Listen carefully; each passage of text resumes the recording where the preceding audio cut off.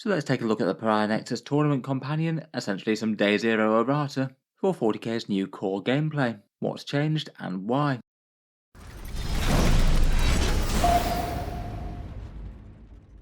Hello and welcome back to Auspex Tactics, where over the last few days we've been talking about all the big changes to the game. It's certainly been a busy time between new points, rules, and all new missions.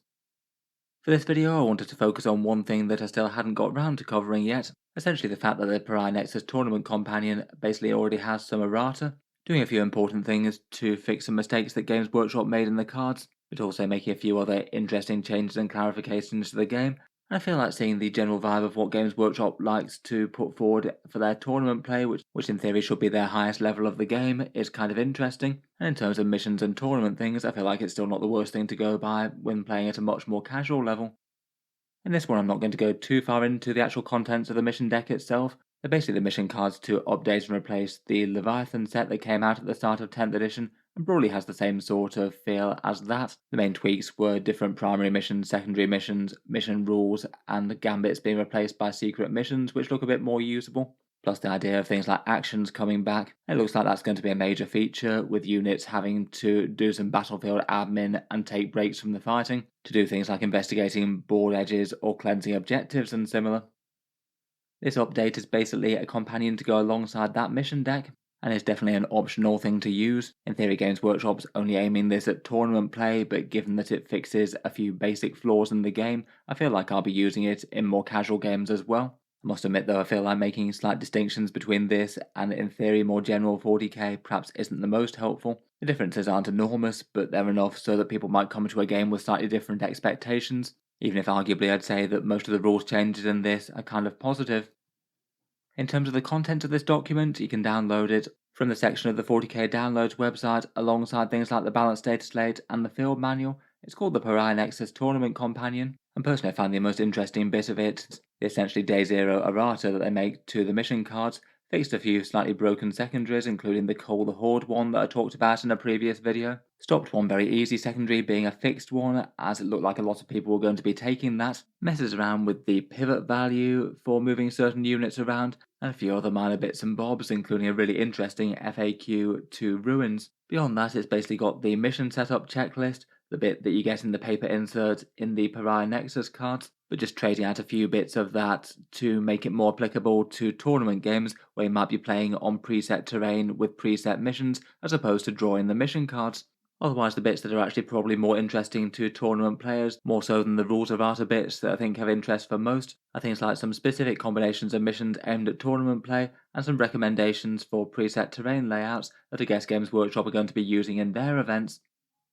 Starting out with those rules changes and errata though, one of the most obvious things that Games Workshop needed to fix at some point was this Call the Horde secondary mission, which caused a bit of slightly amusing internet debate when Games Workshop first showed off the card for these. Basically this was the secondary objective card that's designed to reward you with victory points if you destroy big units of 20 or more, and also has rules for things that have excessive amounts of wounds in one unit, theoretically things like big 3-wound infantry squads or accursed cultists, though I think they tended to be a little bit rarer in things that triggered for that. As I talked about in a previous video, there was basically a loophole with this one. Technically, you could take understrength units, so you could maybe pay for 20 models for an orc mob, but only take 19, and therefore you couldn't score this fixed secondary against them. And that probably would be genuinely worth doing if you had something like 6 big 20 strong mobs, as it's almost certainly going to deny your opponent some victory points, even if you didn't do it for literally every mob you had. As said at the time, this was clearly a rules loophole and not what they were intending, and they were going to patch it, and indeed they have.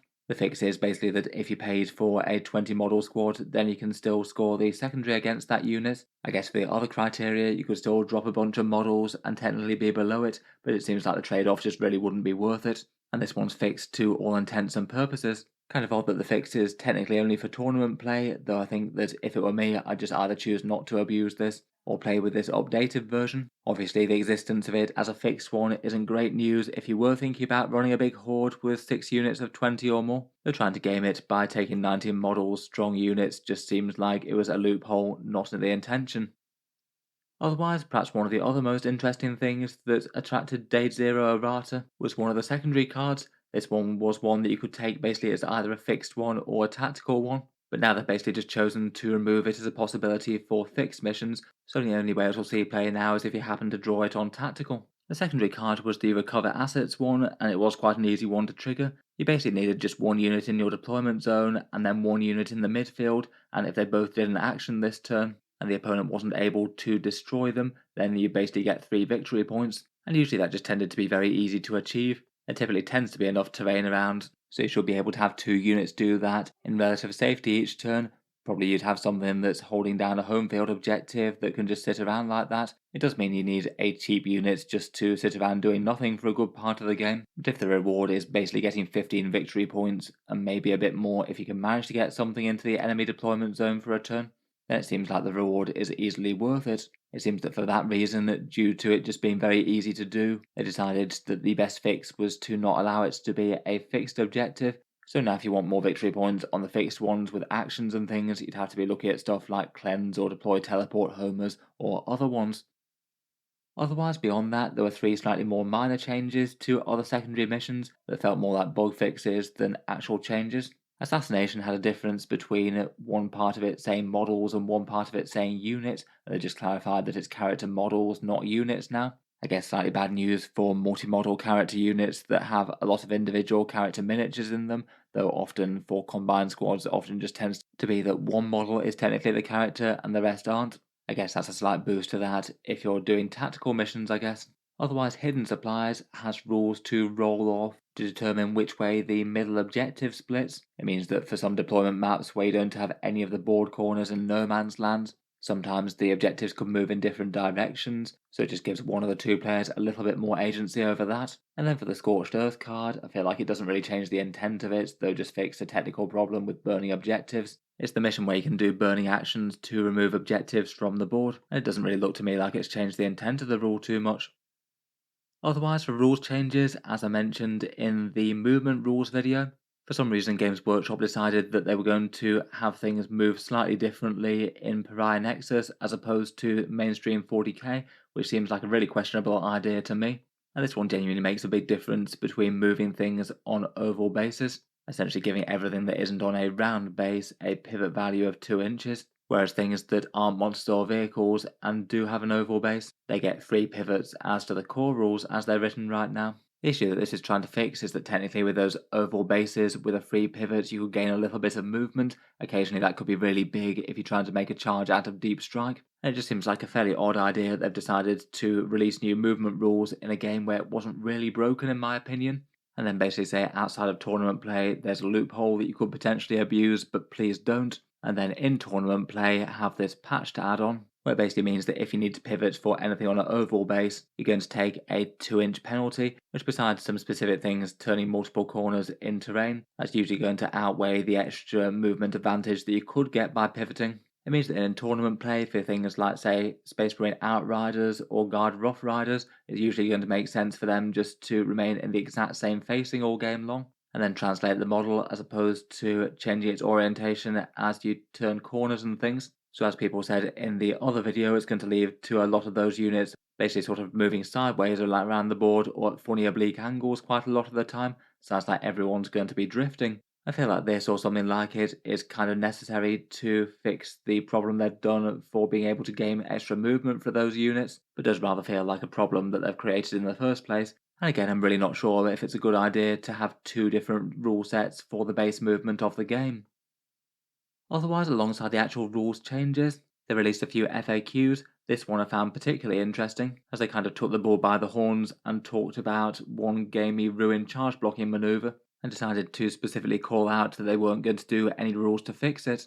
I've talked about this one on the channel a few times before, but for this one, the general idea is that if you have a unit that's trying to hole itself up in a ruin and make itself hard to charge, it's possible to set up that unit in such a way in that it's just greater than 1 inch distance from the ruin walls. So say if this Chaos Terminator squad tried to charge this scout unit, they wouldn't be able to get into engagement range if they were outside of the ruin walls, but they also don't quite have enough room to fit their bases inside the ruin walls, so it means that they have to charge a bit further, going around to the end of the ruin or the end of the unit, and that could easily be the difference between a charge passing or failing, particularly out of deep strike. It does feel like a bit of a gaming maneuver for the technical parts of the rules, as opposed to something that Games Workshop necessarily wants in the game. But it's actually genuinely quite hard to get rid of with any simple rules fix. Games Workshop tried to do something to make it go away in 9th edition, but wound up making things much worse in the process, breaking the movement and charge rules in much worse ways than this, and they wound up reversing it in short order. In 10th edition, the WTC tournament organising people, who are completely independent from Games Workshop but host some of the most prestigious events around, they decided to patch this rule away in a kind of horrific sort of system that involves lots of tokens and is very, very fine on the details. I think their intention was probably the upshot of it would be that it doesn't really work in practice and encourage people to try not to pull off this maneuver in the first place. It does look like their solution's effective, but just looks incredibly fiddly and time consuming, so you never really want to have to engage with that bit of rules in the first place if you could possibly avoid it. With all that history, it is kind of interesting that Games Workshop actually posted an FAQ about it here.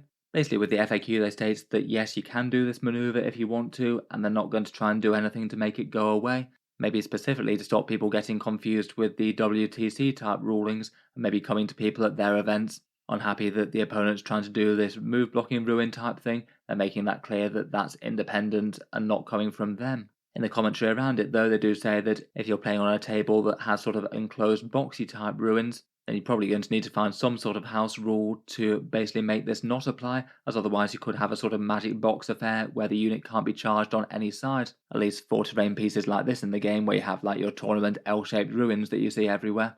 The unit that's trying to charge can go to the end of the ruin, even if it might mean that they can't make one specific charge or it takes them an extra turn of movement. It doesn't just create a completely uninteractive scenario. That's probably not really something that needs to be worried about too much though, as just in general 40k tournaments don't tend to use those magic box type ruins exactly for that reason, which is why you often see so many tournament L-shaped things. From personal experience, I feel like it's not the worst rule in the world if everyone happens to know and expect to do it in tournaments.